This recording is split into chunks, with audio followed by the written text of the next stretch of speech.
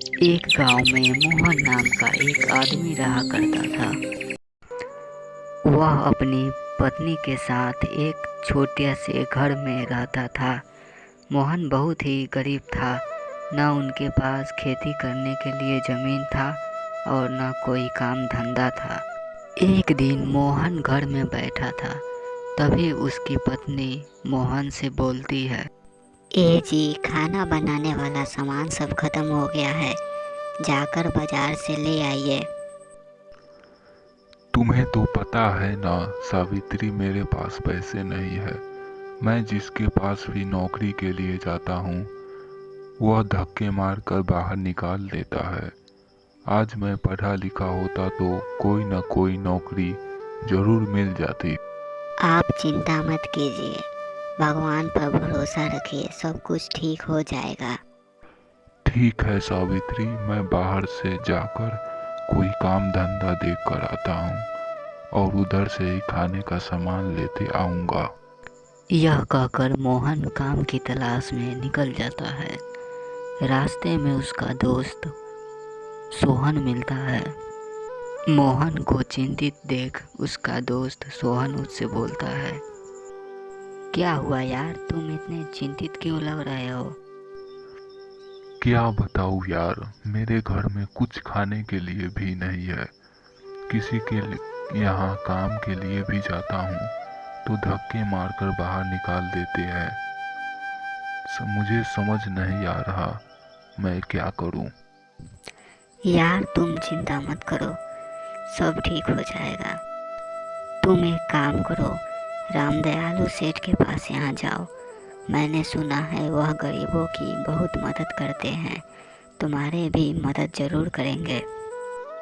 ठीक है यार श्याम, मैं अभी रामदयालु सेठ के यहाँ जाता हूँ। यह कहकर मोहन रामदयालु सेठ के घर को चल देता है। थोड़ी देर बाद सेठ जी के घर पहुंच जाता है। सेठ जी सोफा पर बैठे हुए थे। मोहन सेठ जी से नज़दीक जाकर बोलता है, राम राम सेठ जी, कैसे हो आप? राम राम भाई, राम राम। कौन हो तुम? मैं तो तुम्हें नहीं जानता और मेरे पास क्यों आए हो? सेठ जी मेरी मदद कीजिए। मैं तुम्हारा क्या मदद कर सकता हूँ? सेठ जी मैं बहुत गरीब आदमी हूँ, मेरे पास खाने तक के पैसे नहीं हैं, मुझे नौकरी दे दीजिए, मेरी मदद कीजिए सेठ जी, मैं आपका आभारी रहूँगा। मेरे पास तुम्हारे लिए कोई नौकरी नहीं है, चले जाओ यहाँ से, फिर दोबारा कभी मत आना। नहीं नहीं सेठ जी, ऐसा मत बोलिए, आप मुझे नौकरी दे दीजिए, मैं आपके पास बहुत उम्मीदों से आया हूँ। फिर सेठ जी को मोहन पर दया आ जाती है और मोहन से बोलता है, मैं तुम्हें काम पर रखता हूँ, लेकिन तुम्हें घर की साफ सफाई करनी होगी। धन्यवाद सेठ जी, मैं घर की साफ सफाई कर लूँगा। तुम अभी से ही काम पर लग जाओ। ठीक है सेठ जी। मोहन साफ सफाई काम करने लगता है। उसके थोड़ी देर बाद सेठ जी की पत्नी घूमकर वापस आती है और मोहन को देखकर सेठ जी से बोलती है, ये क्या है जी, ये कौन है और ये क्या कर रहा है? निर्मला, ये बहुत गरीब आदमी है। ये अपने पास नौकरी के लिए आया था तो मैंने इसे साफ सफाई के लिए रख लिया। क्या मतलब, आप किसी भी अरे गैरों को नौकरी पर रख लेंगे? जल्दी से यहाँ से इसको भगाइए। निर्मला, ये तुम क्या कह रही हो? मैं बिल्कुल सही कह रही हूँ। आप ये बताइए कि ये कहाँ के रहने वाला है और ये कौन है? मुझे नहीं पता ये कहाँ के रहने वाला है और ये कौन है। ये कौन है पता नहीं, ये कहाँ का है ये भी पता नहीं, और आप इसे नौकरी पर रख लिए। क्या पता ये चोर हो और रात में चोरी करके भाग जाए तो क्या करेंगे आप?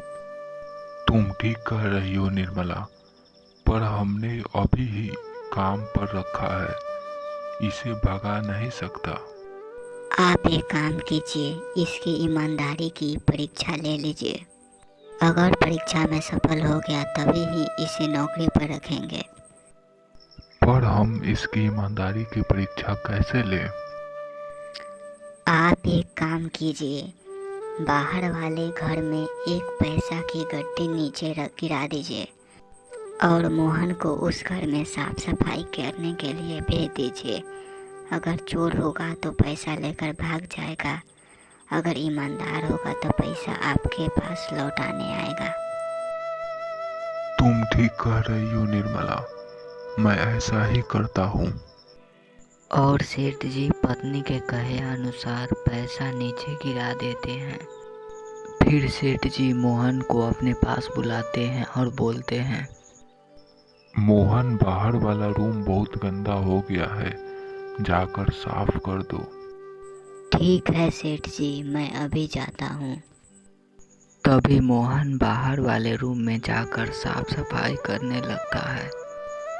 तभी उसकी नज़र नीचे गिरे हुए पैसों की गड्डी पर पड़ता है और वह सोचने लगता है, ये पैसा किसका गिरा हुआ है? मैं इसे ले जाकर मालिक को दे देता हूँ, मालिक का ही होगा। तभी मोहन पैसा लेकर सेठ जी के पास जाता है और बोलता है, सेठ जी, ये पैसा लीजिए, बाहर वाले रूम के अंदर गिरा हुआ था, मैं आपको देने आया हूँ।